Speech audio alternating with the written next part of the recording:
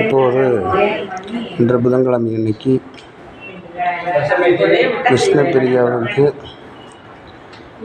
பரிகார பூஜை நடைபெற்றது. இந்த பரிகார பூஜை வந்து லட்சுமி நாராயண செந்தில்குமார் ஜோதிடர் இருவரும் சேர்ந்து செய்யக்கூடிய பூஜை.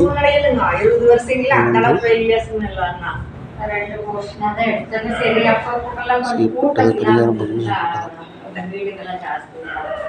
பிள்ளைகள்லாம் நல்ல சின்ன ஸ்கூலுக்கு போயிட்டு சரி தனியாக விட்டுட்டு நம்ம இங்கே ஒரு பாதுகாப்பு வேணுன்ட்டு மணி கொடுத்துருக்காங்க. இது சாமின்னு முன்னையெல்லாம் போட மாட்டாங்க, அதெல்லாம் போட மாட்டாங்க. அது இந்த இதே போடுவாங்க.